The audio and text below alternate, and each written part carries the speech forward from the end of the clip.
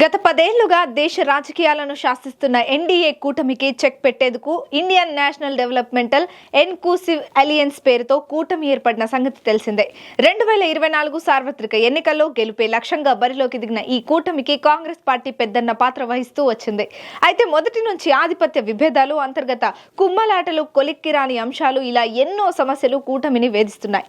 పైగా పెద్దన్న పాత్ర వహిస్తున్న కాంగ్రెస్ డైరెక్షన్ కూడా సరిగా లేదని, ఫలితాలన్నీ ప్రతికూలంగా వస్తున్నాయని ఇతర పార్టీలు గుర్రుగా ఉన్నట్లు చర్చ జరుగుతోంది.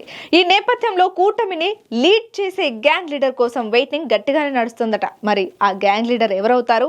ఇండియా కూటమి నెక్స్ట్ స్టెప్ ఎలా ఉండబోతుంది? Let's watch. వరుస ఫెయిల్యూర్స్ తో ఇండియా కూటమి సతమతమవుతోంది. ఎన్నిక ఏదైనా నిరాశ మాత్రం తప్పడం లేదు. ఒక చోట గెలిస్తే మరో చోట అంతకు మించి అనేలా ఘోర పరాజయాలను చవిచూస్తూ వస్తుంది ఇండియా కూటమి. ఇవి చాలదన్నట్లుగా అంతర్గత విభేదాలు కూడా కూటమిలో చాప కింద నీరులా విస్తరిస్తున్నాయట.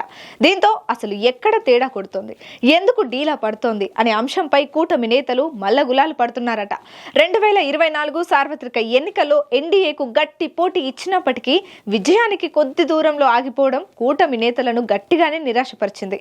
ఆ తర్వాత కొన్ని రాష్ట్రాల్లో జరిగిన అసెంబ్లీ ఎన్నికల్లో కూడా ఆశించినంత ఫలితాలు రాబట్టలేకపోవడం ఇండియా కూటమిని మరింత డీలా పడేలా చేసింది.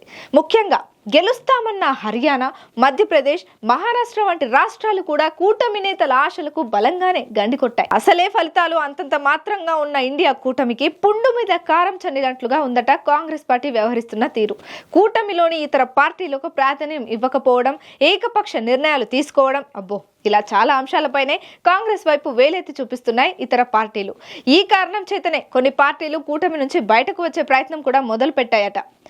ప్రస్తుతం కాంగ్రెస్ పార్టీని ముందుకు నడిపిస్తున్న రాహుల్ గాంధీ ఇండియా కూటమిలో కూడా కీ రోల్ పోషిస్తున్నారు. అయితే కీలక సమయాల్లో రాహుల్ గాంధీ తీసుకునే నిర్ణయాలు కూటమి నేతలకు నచ్చడం లేదని ఎప్పటి నుంచో గుసగుసలు వినిపిస్తున్నాయి.